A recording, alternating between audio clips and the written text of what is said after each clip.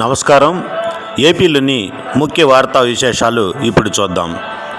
వచ్చే ఏడాది జనవరి 22వ తేదీన పవిత్ర ప్రాణప్రతిష్ఠ కార్యక్రమం పూర్తయిన తర్వాత జనవరి 23వ తేదీ నుంచి సాధారణ ప్రజలకు శ్రీరాముడి దర్శనం కల్పించనున్నారు. టిబెట్ ఆధ్యాత్మిక గురువు దలైలామా బోధ్గయాలోని మహాబోధి ఆలయంలో నిన్న పూజలు నిర్వహించారు.